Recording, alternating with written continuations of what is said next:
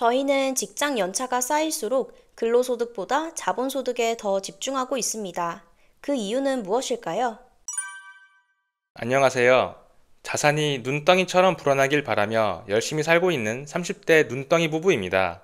오늘은 직장 연차가 쌓일수록 투자가 더 중요한 이유에 대해 알아보겠습니다.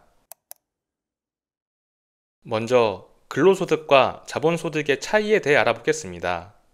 근로소득은 직장에서 열심히 일한 대가로 받는 수입입니다. 즉, 우리가 매달 받는 월급입니다. 반면 자본소득은 주식, 코인, 부동산과 같은 자산에 투자함으로써 얻는 수익을 말합니다.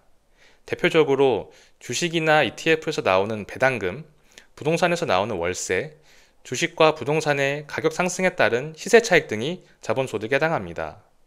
사회 초년생 때는 자산이 부족하기 때문에 근로소득을 높이는 게 중요합니다. 투자를 하려면 시드머니, 즉 종잣돈을 만들라는 말을 많이 하죠. 그래서 사회 초년생 때는 투자 자체에 집중하기보다 자기 개발이나 이직을 통해 내 몸값을 불리고 저축을 많이 하는 게 중요합니다. 하지만 연차가 쌓이고 자산이 늘어날수록 더 중요한 것은 내가 가진 자산을 활용해 소득을 만드는 자본소득입니다. 투자 수익은 투자금 곱하기 수익률 곱하기 시간이라고 합니다. 사회 초년생 때는 투자금을 올리는 데 집중하고 연차가 쌓이면 수익률을 올리기 위해 집중해야 합니다. 만약 내 자산이 3천만 원이라면 투자금이 부족하기 때문에 연봉을 높여야 합니다. 하지만 내 자산이 1억 원이라면 투자하여 수익을 내는 것이 훨씬 효과적입니다. 1억 원으로 3%의 수익을 내면 300만 원, 즉 월급만큼 벌 수 있기 때문입니다. 사회 초년생 때는 투자금을 늘리고 연차가 쌓인 후 수익률을 높인다면 자본소득이 근로소득을 앞지를 수 있습니다. 이 그래프는 닉 매기올리의 Just Keep Buying이라는 책에 나온 저축과 투자의 연간 자산 변동액입니다. 이 책에서는 젊은 시절의 저축이 자산을 일구는 데 중요하다고 합니다. 하지만 월급이 오르면 지출과 함께 세금이 같이 오르기 때문에 저축에는 한계가 있습니다. 따라서 자산이 늘어나는 인생 후반부로 갈수록 투자가 자산을 불리는 데 훨씬 중요합니다. 자산을 어느 정도 모았다면 나의 관심사를 근로소득에서 자본소득으로 무게중심을 점차 옮겨가야 한다고 생각합니다. 직장인에게 은퇴는 피할 수 없는 미래입니다. 직장인의 평균 은퇴 나이는 만 55세라고 하죠. 지금 아무리 월급이 따박따박 들어오고 진급을 해서 월급이 오르더라도 근로소득은 언젠가 끝이 있습니다. 반면 자본소득은 내 자산이 벌어들이는 수익이기 때문에 자산을 가지고 있는 한 꾸준히 발생합니다. 은퇴하기 전까지 자본소득을 만들어두는 것이 노후 대비를 위한 좋은 방법이라고 할 수 있습니다. 앞서 언급한 투자 수익의 공식을 다시 살펴보면 투자 수익은 투자금 곱하기 수익률 곱하기 시간입니다. 투자금과 수익률만큼 중요한 것이 시간, 즉 투자 기간입니다.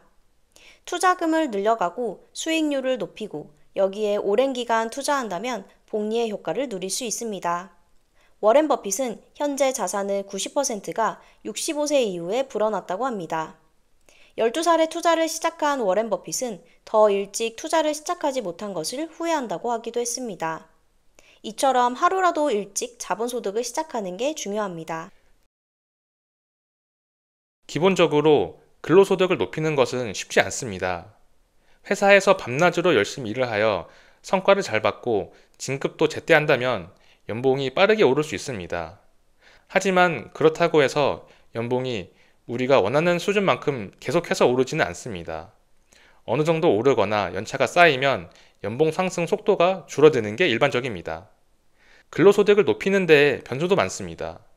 회사 경영 실적이나 직장 상사의 성향에 따라 고과나 진급 결과가 바뀔 수 있습니다. 본인이 전문직이라면 소득을 빠르게 높일 수 있겠지만 저희와 같은 일반적인 직장인은 원하는 만큼의 소득을 올리는 것이 현실적으로 어렵습니다. 반면 자본소득은 자산을 어느 정도 모아두었고 투자 실력을 키운다면 어느 순간 크게 오를 수 있습니다. 자본주의 사회에서 자산 시장은 호황기와 불황기를 반복하는 사이클이 있습니다. 주식은 세계 경제 흐름에 따라 상승과 하락을 반복하고 수도권 부동산도 금리나 수요 공급의 영향으로 2에서 3년 주기로 시장 분위기가 바뀝니다. 하지만 장기적으로는 꾸준히 우상향 해왔습니다. 어느 정도 연차가 쌓이고 자산을 1억 이상 모은 직장인이라면 이러한 변화 속에서 투자 실력을 키우는 것이 자산을 불릴 수 있는 방법이라고 생각합니다. 사회 초년생 때는 근로소득으로 자산을 불리는 데 집중해야 합니다. 하지만 근로소득은 내 시간을 돈으로 바꾸는 것이기 때문에 한계가 있습니다. 반면 자본소득은 내가 일하지 않고도 잠자는 동안에도 돈을 벌어다 주는 것이므로 장기적으로 지속할 수 있고 복리 효과도 점점 더 커집니다. 연차가 쌓일수록 근로소득보다 자본소득에 집중해야 하는 이유입니다. 이 영상을 시청하시는 모든 분들의 자산이 눈덩이처럼 불어나는 그날까지 눈덩이 부부였습니다. 감사합니다.